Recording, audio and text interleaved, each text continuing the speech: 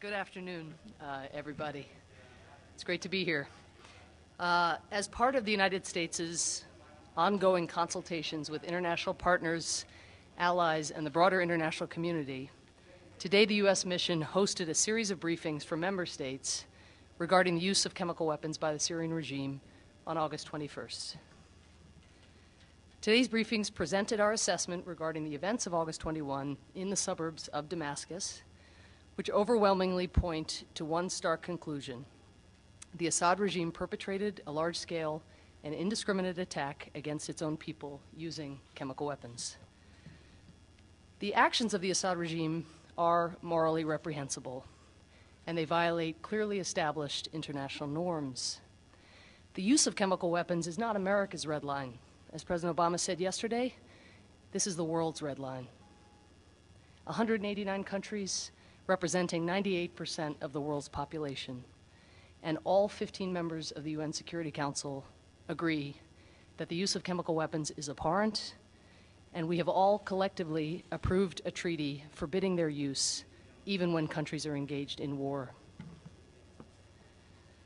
Let me address now an issue on many of your minds. We in the United States agree with the view that at times like this, the Security Council should live up to its obligations and should act. That is why, for 2.5 years, we have brought press statements, presidential statements, resolutions, and a whole host of Syria-related concerns to the UN Security Council, each time hoping that our common security and our common humanity might prevail, each time making the case that countries on the Council should be motivated by our shared interest in international peace and security, in protecting civilians, but also in preventing extremism, regional spillover, and chemical weapons use.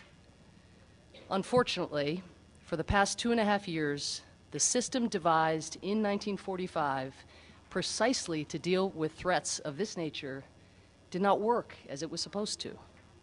It has not protected peace and security for the hundreds of Syrian children who were gassed to death on August 21. It is not protecting the stability of the region. It is not standing behind now an internationally accepted ban on the use of chemical weapons.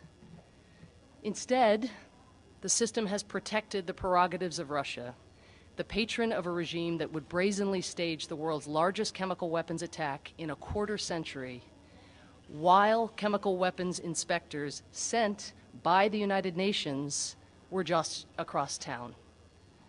And even in the wake of the flagrant shattering of the international norm against chemical weapons use, Russia continues to hold the Council hostage and shirk its international responsibilities, including as a party to the Chemical Weapons Convention.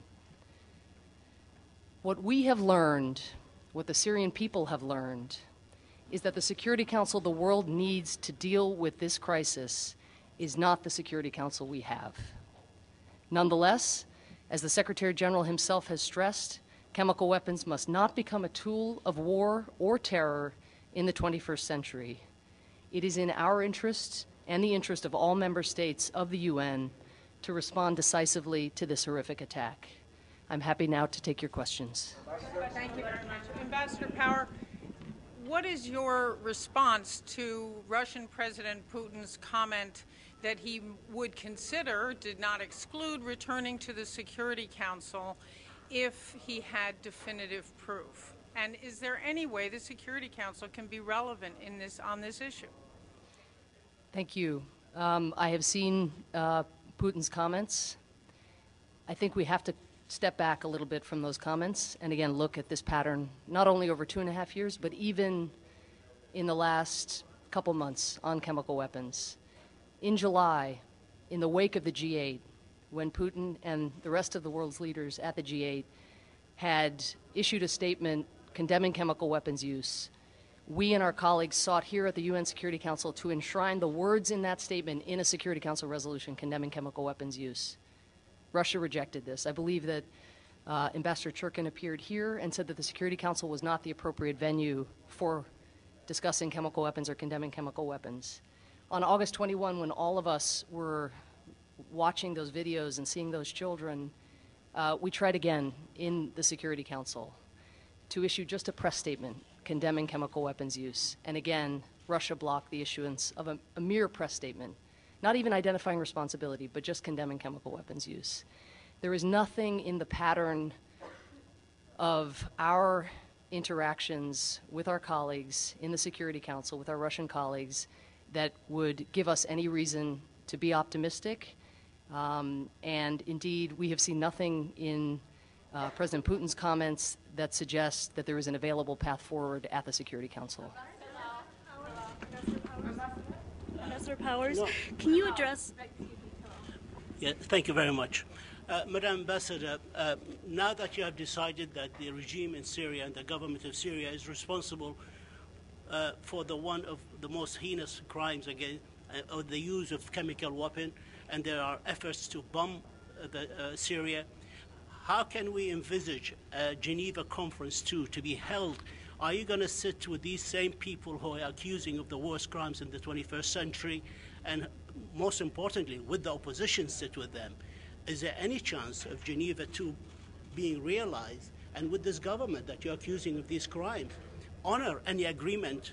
Do you have faith that they will honor any agreement? And second question quickly, since you don't see the 1945 Council rules and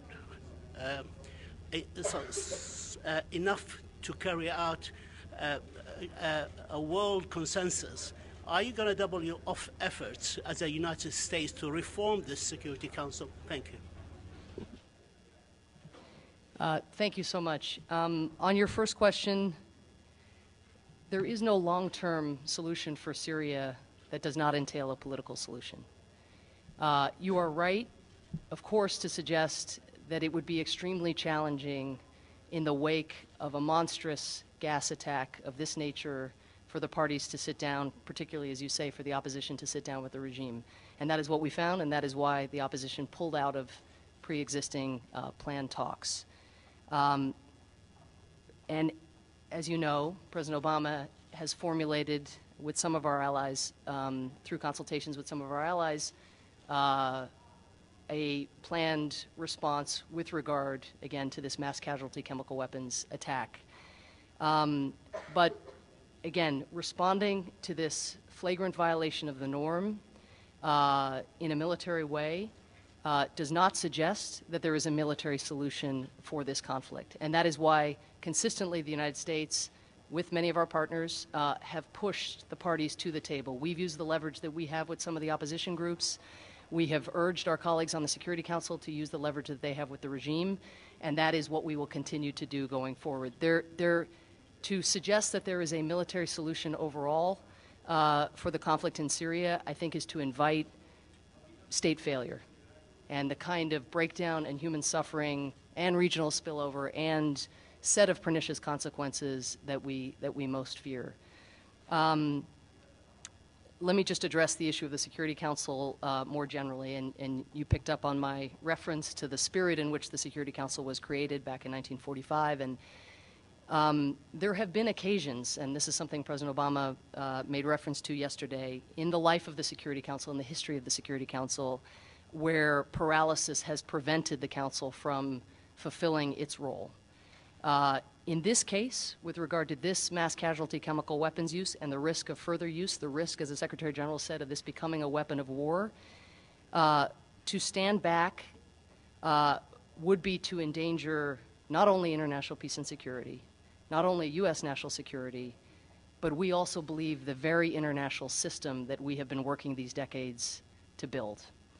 And on occasions, as we had with Kosovo, as we would have had perhaps in the case of Rwanda, had different proposals been presented. And in this case, we cannot allow the patron of a party to the conflict, the patron of the actor that itself violated this international norm, to act with impunity simply because it has that patronage on the Security Council. That in no way reflects the spirit of the UN Charter, or the intentions of the founders or the intentions of any of us who come to work every day with the hope of promoting and enforcing international peace and security. Ambassador Power. The British delegation submitted a resolution to the P5. The British delegation has submitted a resolution to the P5 calling for some kind of response to the chemical attack. They have not withdrawn that resolution, but they're no longer acting on it. Do you think that anyone else is going to pick up the baton on that, or are you going to let it simply die and because of the deadlock that you're speaking of? I was present in the meeting where the UK laid down their resolution, and everything in that meeting, in word and in body language, suggests that that resolution has no prospect of being adopted by Russia in particular. Our view, again, our considered view, after months of efforts on chemical weapons and after 2.5 years of efforts on Geneva, on the humanitarian situation, is that there is no viable path forward in this Security Council. Thank you. The Secretary General